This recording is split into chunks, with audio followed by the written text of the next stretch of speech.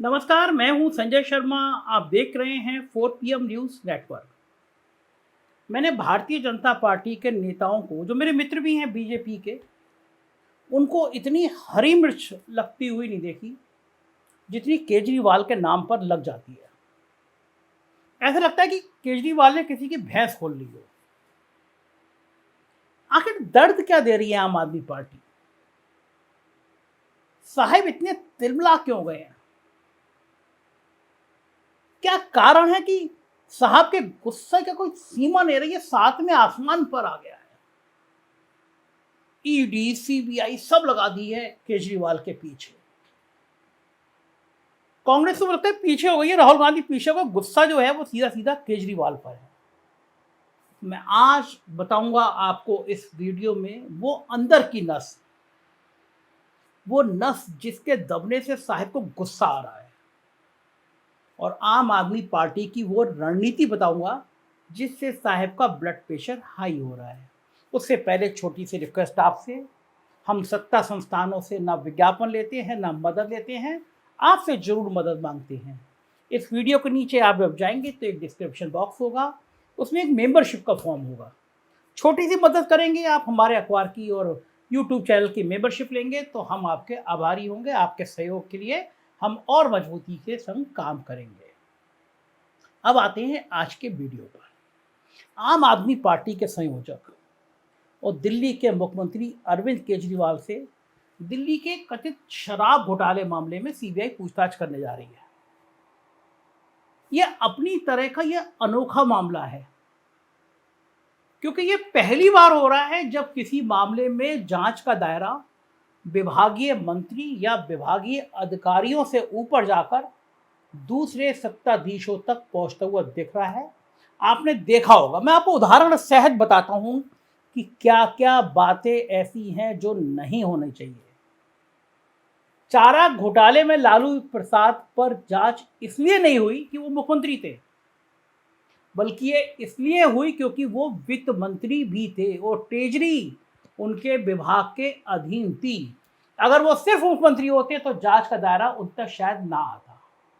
अगला, यूपीए के दौर में कोयला घोटाले में पूछताछ की आंच शिबू सोरेन तक इसलिए पहुंची क्योंकि वो कोयला मंत्री थे।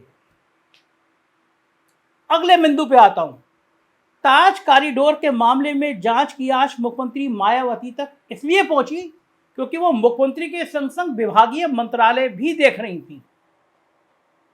और फिर बिहार का सृजन घोटाला भी ट्रेजरी लूट का मामला है, और जैसे ही सामने आया खुद नीतीश कुमार ने आगे बढ़कर इसकी जांच सीबीआई से कराने की सिफारिश कर दी।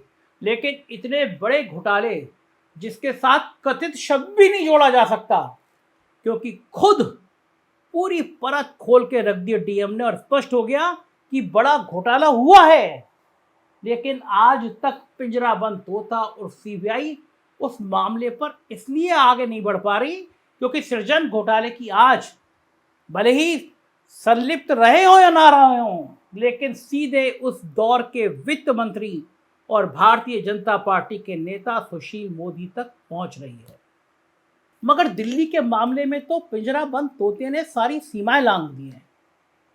पहली बात तो ये कि ये कोई घोटाला नहीं है, क्योंकि ये पॉलिसी डिसीजन है, और उस पॉलिसी डिसीजन जिसमें दिल्ली की लीकर पॉलिसी में बदलाव किया गया से कुछ शराब कंपनियों का फायदा हो जाने का आरोप है।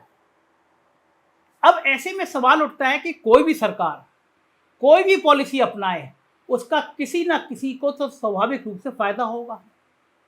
और अगर इस आधार पर जब मनीष सिसोदिया दोषी हो सकते हैं, तब तो खुद केंद्र सरकार के कई सारे निर्णय अपने आप सवालों के घेरे में खड़े हो जाते हैं। मैं सिर्फ एक उदाहरण आपको देता हूं और आपकी समझ में आ जाएगा। 2016 में 4G टेक्नोलॉजी को भारत में लॉन्च किया गया, और तब इस टेक्नोलॉजी को सिर्फ और सिर्फ एक कंपनी को दिया गया, साहब के दोस्त की कंपनी को, यानी एक ऐसी कंपनी जिसे टेलीकॉम सेक्टर में कोई जानता नहीं था। उसका नाम था रिलायंस जियो। जबकि उससे पहले जब भी 2G 3G लॉन्च किया गया तो उसे सभी कंपनियों, चाहे वो सरकारी कंपनियां BSNL हो, आइडिया हो, एयरटेल हो, अनिल अंबानी की, रिलायंस, वोडाफोन या कोई भी हो, उनको दिया गया। लेकिन याद कीजिए 2016 का दौर, जब मुकेश अंबानी की उस वक्त तक पूरी तरह से अनजान कंपनी रिलायंस जियो के सीधे सीधे 4G का लाइसेंस दे दिया गया। और आपको याद होगा उस दौर में पूरे 8 महीने तक 1 GB डाटा के साथ जियो ने लोगों में फ्री में बात करवाई और BSNL समेत कई प्राइवेट कंपनियों का भट्टा बिठा दिया, क्योंकि दूसरी कंपनियों को तो 8 महीने बाद 4G का लाइसेंस दिया गया और तब तक मुकेश अंबानी की जियो सबका भट्टा बिठा चुकी थी। तो अब इसे क्या कहा जाए? क्या इसे एक पक्षीय पॉलिसी डिसीजन के लिए कभी भी CBI या ED ने उस वक्त के संचार मंत्री से पूछताछ करी, साहिब के मंत्री से पूछताछ करी, क्या उन्हें जेल में डाला? क्योंकि ये मामला तो देश का एक आदमी भी सरेशाम देख रहा था कि किस प्रकार खुला पक्षपात रिलायंस जियो के पक्ष में हो रहा था। खैर, अब मामला सीधे सीधे अरविंद केजरीवाल तक पहुंच रहा है, उनसे भी पूछताछ हो रही है। पूछताछ हो भी क्यों ना, विधानसभा में जो भाषण दिया है अरविंद केजरीवाल ने, उससे तो साहब का ब्लड प्रेशर हाई होना ही था। थोड़ा सा अंश सुनवा रहा हूं मैं उस भाषण का। पूरे देश में क्या डरा के रखा हो यार तुम लोगों ने, क्या हाल बना दिया देश का तुम लोगों ने। इसी के लिए आजादी की लड़ाई लड़ी थी। और अभी राहुल गांधी की सदस्यता तुम लोगों ने समाप्त कर दी। राहुल गांधी की सदस्यता समाप्त कर दी इन लोगों ने। डरते हो यार तुम लोग, तो बहुत डरपोक निकले। भारत के इतिहास में सबसे भ्रष्ट प्रधानमंत्री अगर कोई हुआ है, सबसे भ्रष्ट प्रधानमंत्री अगर कोई हुआ है, भारत के इतिहास में सबसे भ्रष्ट, भारत के इतिहास में सबसे कम पढ़ा लिखा प्रधानमंत्री अगर हुआ है, मैं नहीं समझता आजाद भारत में कोई 12वीं पास प्रधानमंत्री हुआ है। उनसे सरकार चलती नहीं है। अहंकार उनका 7वें आसमान के ऊपर है। सवेरे से शाम तक इसको जेल भेजो, इसकी सदस्यता रद्द करो, इसको जेल भेजो, बस सवेरे से शाम तक यही चलता रहता है। बैठिए प्लीज, बैठिए। मैं आज महाजन जी, बीजेपी के सारे लोगों को मैं अपील करना चाहता हूं, नरेंद्र मोदी जी के नेतृत्व के अंदर आज पूरे देश को तबाह करने की कोशिश की जा रही है। जो लोग देश को तबाह करना चाहते हैं बीजेपी में रहो, और जो लोग देश को बचाना चाहते हैं आज बीजेपी छोड़ दो।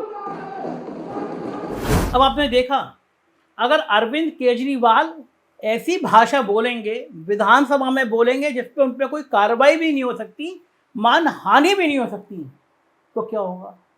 लेकिन अब सोचिए कि अगर इस तरह जियो के मामले में पूछताछ हो जाए, जब अरविंद केजरीवाल से हो रही है, कि 2024 के बाद अगर पूछताछ हो जाएगी तो क्या हो सकता है? क्योंकि यदि 2024 में देश का निजाम बदला और जो आक्रामक रुख अभी राहुल गांधी का दिख रहा है, उसमें इस बात की पूरी संभावना है कि कई सारे मामलों में जांच का दायरा सीधा साहब और छोटे साहब तक पहुंच सकता है। खैर, मैं आज इस बात पर चर्चा करूंगा कि आखिर साहब उस आम आदमी पार्टी से, इसके और इसके संयोजक अरविंद केजरीवाल से इतने क्यों खफा हो गए, जिन पर भाजपा की बी टीम होने का आरोप विपक्ष लगा रहा था। इसके कई कारण देखते हैं, एक एक करके गिनाता हूं। पहला कारण, दिल्ली में MCD चुनाव में जिस प्रकार अल्पसंख्यक मतदाताओं ने कांग्रेस की ओर वापसी करने के संकेत दिए, उसके बाद संकेत दिए, चुनाव के बाद संकेत दिए हैं, उससे दिल्ली की 7 सीटों का गणित गड़बड़ाता हुआ दिख रहा है। अभी दिल्ली की 7 लोकसभा सीटों पर भारतीय जनता पार्टी का कब्जा है, और पिछली बार विधानसभा में प्रचंड बहुमत के बावजूद आम आदमी पार्टी सभी लोकसभा सीटों पर तीसरे नंबर पर खिसक गई थी और कांग्रेस सभी सीटों पर दूसरे नंबर पर थी। अब इससे स्पष्ट होता है कि कम से कम देश की राजधानी का वोटर इस बात को लेकर एकदम स्पष्ट है कि उसे विधानसभा में किसे वोट देना है और लोकसभा में किसे वोट देना है।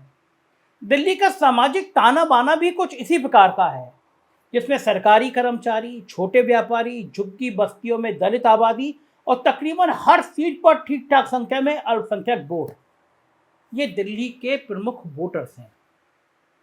मौजूदा दौर में सरकारी कर्मचारियों को पुरानी पेंशन व्यवस्था चाहिए, छोटे व्यापारियों को गब्बर सिंह टैक्स जीएसटी में राहत चाहिए, दलितों के बीच खड़गे काट चलता हुआ दिख रहा है और अल्पसंख्यक वोटर्स आम आदमी पार्टी से दूर होकर, खासकर जब से उसके ऊपर बीजेपी की बी टीमों ने आरोप लगा है, कांग्रेस की तरफ वापसी करता हुआ दिख रहा है। क्योंकि दिल्ली में कोई जाति का कार्ड तो बहुत चलता नहीं है, लिहाजा यहाँ बीजेपी को लग रहा है कि आम आदमी पार्टी कम से कम लोकसभा चुनाव में दिल्ली के समझदार वोटर के बीच अब वोट बांट पाने की स्थिति में दिख नहीं रही है। इसलिए केजरीवाल अब साहब के लिए बहुत फायदे का सौदा दिख नहीं रहे, नुकसान ज़्यादा कर रहे हैं। ऐसे में भाजपा की ये कोशिश तो वो जरूर कर रही है कि आमने सामने की टक्कर ही दिख रही है, तो केजरीवाल को सेफ गार्ड देकर रखने का क्या फ़ायदा। वैसे भी गुजराती समाज में फ़ायदे और नुकसान के आधार पर प्राथमिकताएं तय करने का ट्रेडिशन रहा है। याद कीजिए बसपा को क्यों और कैसे ख़त्म किया गया। इसलिए मायावती पर केस मुकदमे का दबाव बनाकर उनको किनारे लगाया गया और फिर उनके वोटर्स को लाभार्थी में बदला गया। फिर माहौल बनाया गया कि यूपी में सीधी लड़ाई सपा बनाम भाजपा है, यानी मुस्लिम यादव बनाम ऑल। और अब केजरीवाल को कमज़ोर करके दिल्ली में कांग्रेस के पक्ष में कम से कम लोकसभा के लिए खड़े हो रहे जनमत के बीच सीधा मुकाबला किया जाए, ताकि कुछ वोट बढ़ सके, मुसलमान एक तरफ होंगे तो हिंदू वोट एक तरफ हो सके, ये गेम प्लान बनाया जाए। एक बात और, एक दिन पहले ही विपक्ष के सबसे बड़े चेहरे नीतीश कुमार के साथ अरविंद केजरीवाल की मुलाकात ने साहब के होश तो उड़ा ही होंगे, क्योंकि उन्हें लगता है कि यदि नीतीश कुमार ने दिल्ली में बिहार फार्मूला के तहत लोकसभा चुनाव में कांग्रेस और आम आदमी पार्टी के बीच महागठबंधन करवा दिया तो 7 की 7 सीटें हाथ से निकल जाएंगी।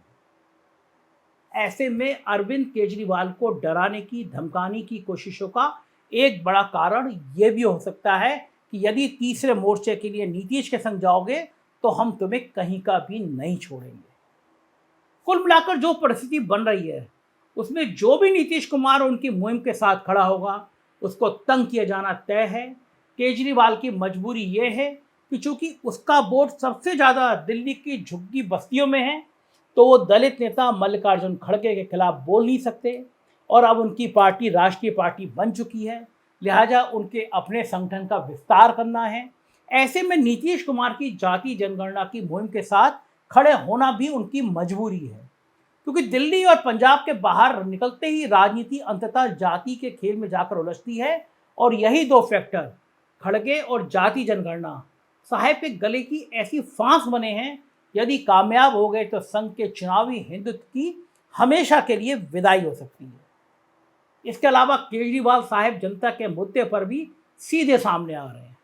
उनकी पार्टी मुद्दों के आधार पर कांग्रेस से कंपटीशन, पंजाब में पुरानी पेंशन व्यवस्था लागू करवाना इसी का पार्ट है, वो कर रही है। और नीतीश कुमार की पहल पर दिल्ली में कांग्रेस से एक साथ जाने की संभावना पर भी विचार कर रही है। राहुल गांधी की सजा का भी विरोध कर रही है, तो संजय सिंह खुलेआम साहब के मुंह पर संसद में खुलेआम नारेबाजी भी कर रहे हैं। वैसे एक बात आप सबको समझनी होगी कि एक डरे हुए व्यक्ति का सबसे बड़ा हथियार लोगों को डराना होता है। आप में से अधिकांश लोगों ने खेतों में शाही नाम का एक बेहद डरपोक जानवर जरूर देखा होगा, जो खतरा महसूस होते ही अपने शरीर के चारों तरफ कुदरती तौर पर मिले शरीर के कांटों को फैलाकर दूसरे जानवरों को डराने की कोशिश करता है। वर्तमान दौर में कौन शाही नाम के जंतु की तरह व्यवहार कर रहा है, ये सारा आकलन आप लगाइए और कमेंट बॉक्स में बताइए। देखते रहिए 4 PM। कुछ और राज्य हमारे 4 PM UP, 4 PM Bihar, 4 PM Gujarat, 4 PM Karnataka, इन्हें भी सब्सक्राइब करिएगा। शुक्रिया, थैंक यू।